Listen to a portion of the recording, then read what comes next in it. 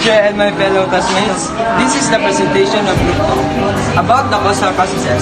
Before we start in our topic, let's first define what is coastal processes. Wind, climate, waves, currents, and tides are some of the coastal and self-sea dynamics. These processes have an impact on how sediment, salinity, and waterborne particles are distributed, which shapes shoreline, seabed, and water quality. Coastal processes are inevitable occurrences driven by nature and amplified by human action.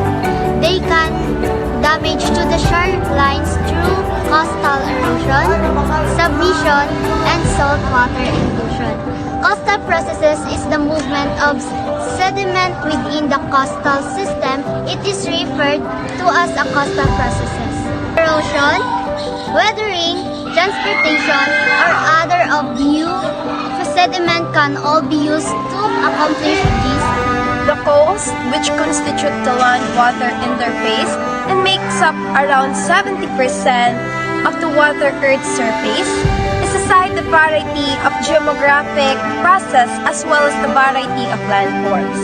For instance, the movement of dissipation of massive amount of energy during waves and tides can result in swift and dramatic changes of the topographic near coast. Now, after going through this video, you are expected to first, identify the different impacts of human activities to coastal processes.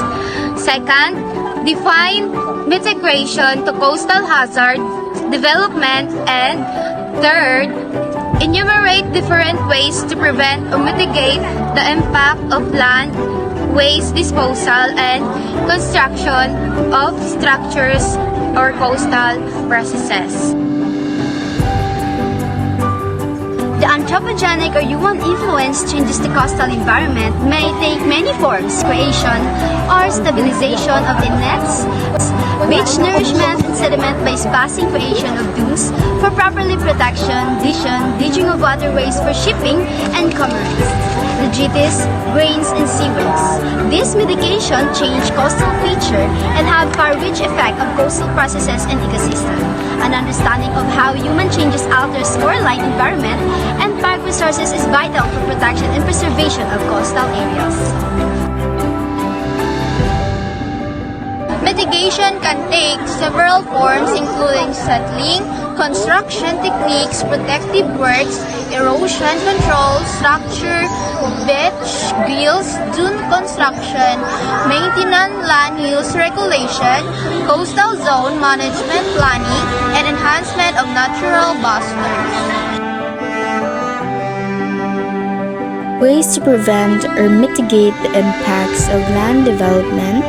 First, applying the 4R principles, which are the reduce, reuse, recycle, and replant.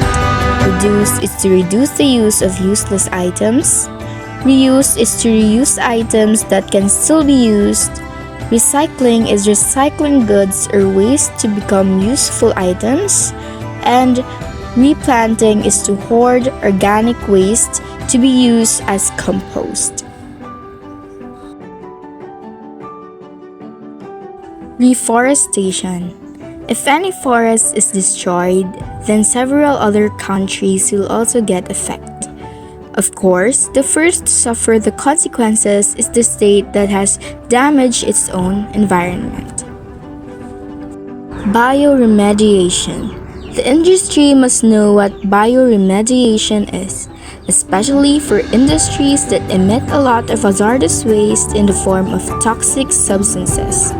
The impact is not only looking for the environment, but can disrupt the health of people in the surrounding area. Ways to prevent or mitigate constructions of structures and control coastal processes. Planting mangroves. Mangroves are a type of tree whose roots can protrude in the coastal water. Usually, mangrove trees are planted parallel to the shoreline to simultaneously demarcate the water areas with the sandy beach area. Caring for coral reefs. Abrasion prevention can also be done by maintaining coral reefs, as we know that coral reefs have a function as a breakwater. That way, If the coral reef ecosystem is improved, it can minimize the occurrence of abrasion. Reduce single-use plastics. Encourage the use of reusable items instead of single-use plastics, which often ends up in the ocean. Ways to prevent or mitigate the impacts of waste disposals on coastal processes. Community engagement. Engage local communities in coastal cleanup and conservation efforts to create a sense of ownership and responsibility. Monitoring and research. Support ongoing monitoring and research to assess the impact of waste on coastal ecosystem and track progress in waste reduction effort. And this ends our video. Thank you for watching.